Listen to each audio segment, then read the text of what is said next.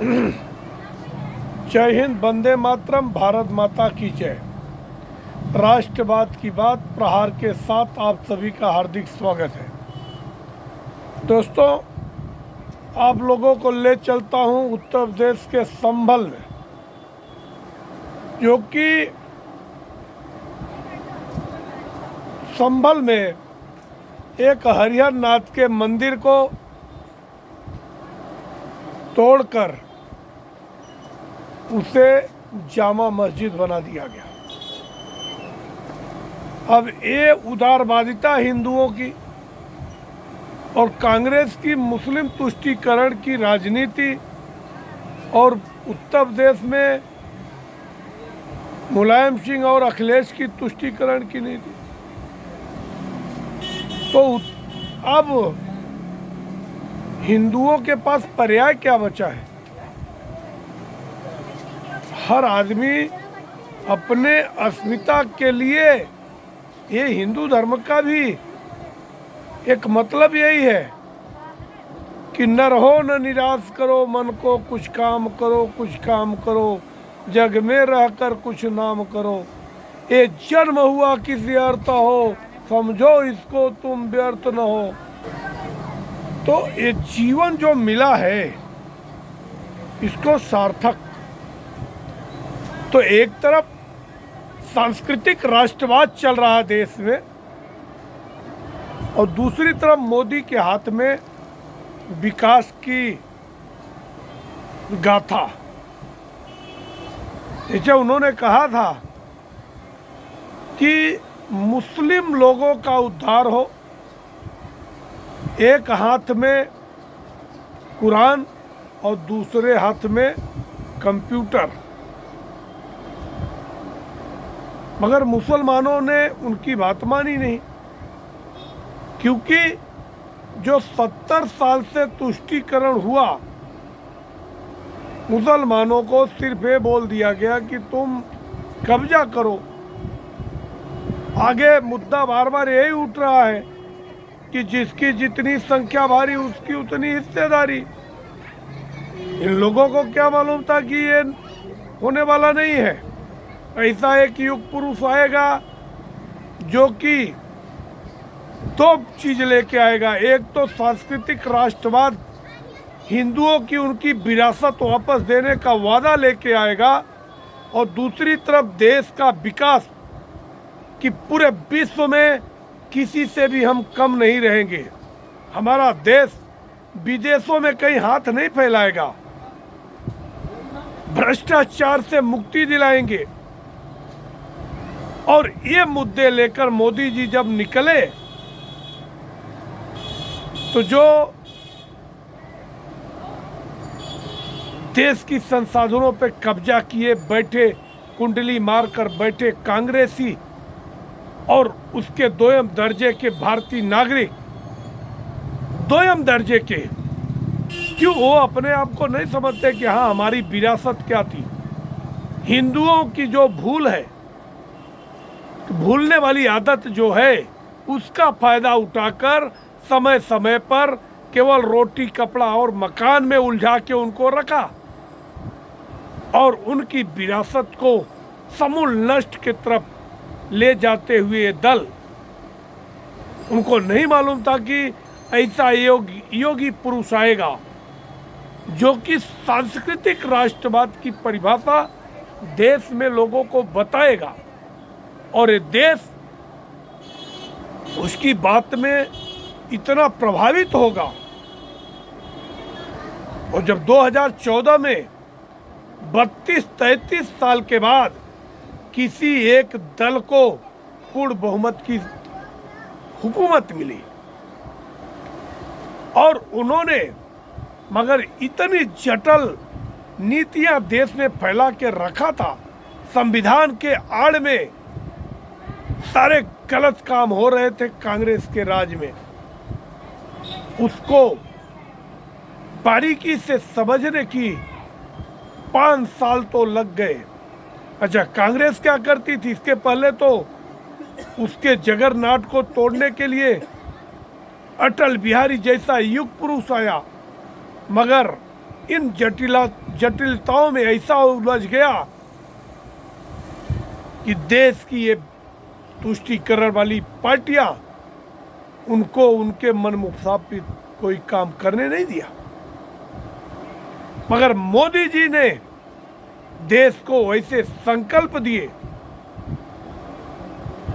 कि 5 साल में तो कुछ दिखा नहीं, और 2019 के चुनाव में राफेल का एक बड़ा मुद्दा राहुल गांधी लाए कि चौकीदार चोर है।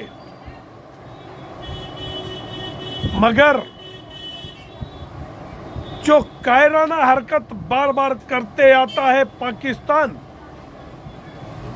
वही उरी में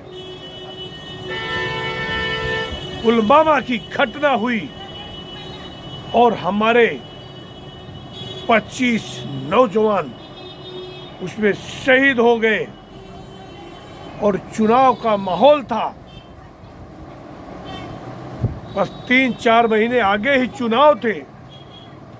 देश से आवाजें उठी कि हमें नपुंसक सरकार नहीं चाहिए, बदला लेने वाली सरकार चाहिए।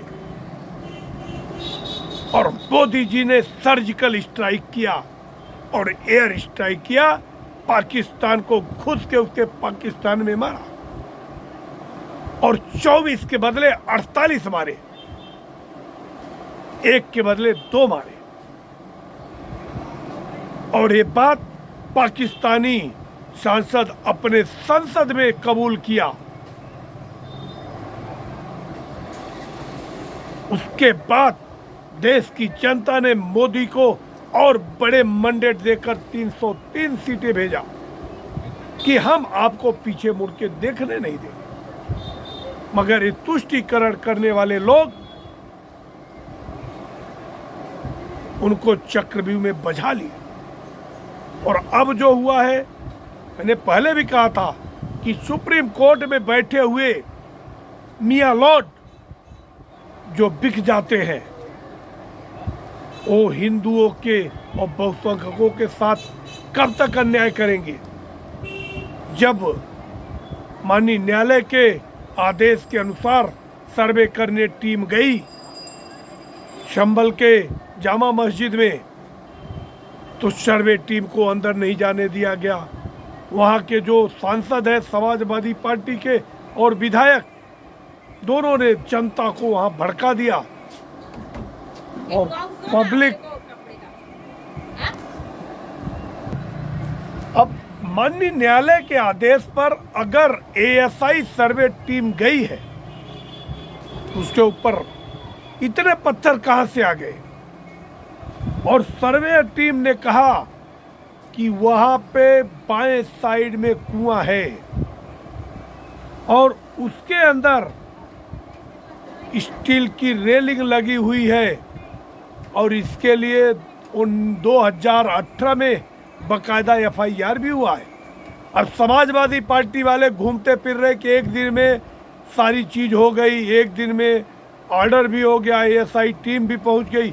ऐसा नहीं हुआ है। ये मुद्दा 2018 से ही चल रहा है। एफआईआर 2018 में हुआ है और अभी जून 2024 में सर्वे टीम मई में गई थी और उसने देखा कि बाईं तरफ कुआं है। पेज नंबर 10 में ये सारी तस्वीरें एएसआई ने कोर्ट में दिया भी है।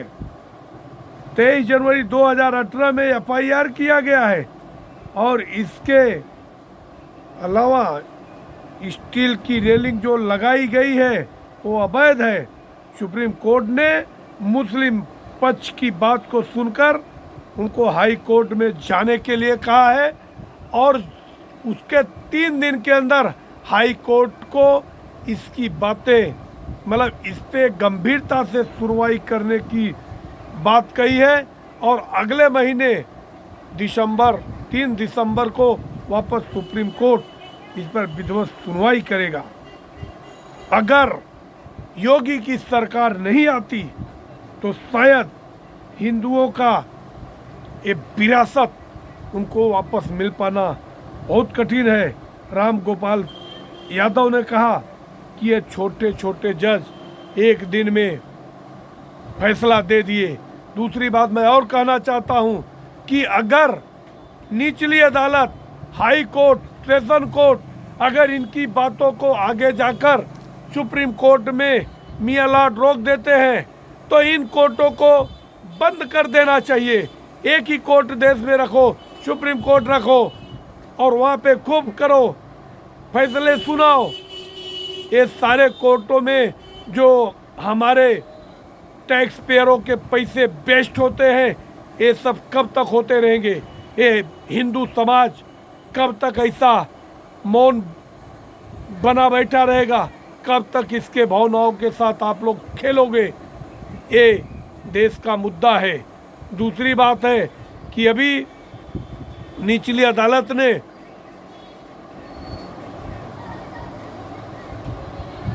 अजमेर शरीफ की भी याचिका स्वीकार कर ली है और उस पर भी सुनवाई अगले महीने में होगी। 5 तारीख को पक्षकारों को अपना पक्ष रखने के लिए कहा है और 20 दिसंबर को उसकी सुनवाई होगी। पहले ही कहा था कि अगर हिंदुओं को उनके 3 धार्मिक स्थल दे दिए गए तो बाकी के स्थलों में हिंदू अपना दावा नहीं करेगा, मगर अब हिंदू अपने 40,000 जो मंदिर तोड़े गए हैं, गजनवी और औरंगजेब और बाबर के द्वारा, मुस्लिम आक्रांताओं के द्वारा, वो सारे हिंदू अब अपनी सारे मंदिरों को आज़ाद कराएंगे और कोर्ट के आदेश के अनुसार कराएंगे, मगर भीड़ तंत्र उनके फैसले को रोक नहीं पाएगी। और अगर मुस्लिम समाज ऐसे ही उनके अभियान में रोड़ा डालेगा, भीड़ तंत्र बन के सड़क पे उतरेगा, तो ये बहुसंख्यक समाज कब तक सहन करेगा? मेरा देश से यही अपील है कि आपसी भाईचारा और गंगा जमुनी तहजीब की बात करने वालों को इसमें आगे आना चाहिए। और अगर कानूनी दायरे से कोई भी ASI सर्वे की मांग हो रही है तो उसको सर्वे करना चाहिए। आपके पास जो साक्ष्य है आप अपने साक्ष्य प्रस्तुत कीजिए। अगर सरकार, अगर माननीय न्यायालय आपके पक्ष में फैसला देगा तो हिंदू उसको स्वीकार करने के लिए तैयार है। बाकी आप भीड़ तंत्र और ताकत से पत्थरबाजी करके या तोड़ फोड़ करके या हिंदुओं को मौत के घाट उतार के आप अभी हिंदुओं का हक नहीं ले सकते। ये देश के हिंदू अब जागृत हो चुके हैं। भाईचारा में सिर्फ हिंदू भाईचारा क्यों निभाएंगे? तालियां दोनों हाथ से बजती है, एक हाथ से नहीं। आप सबकी क्या राय है? आप कमेंट सेक्शन में अपने विचार रखें। हमारे चैनल को सब्सक्राइब करें। जय हिंद, वंदे मातरम, भारत माता की जय। धन्यवाद।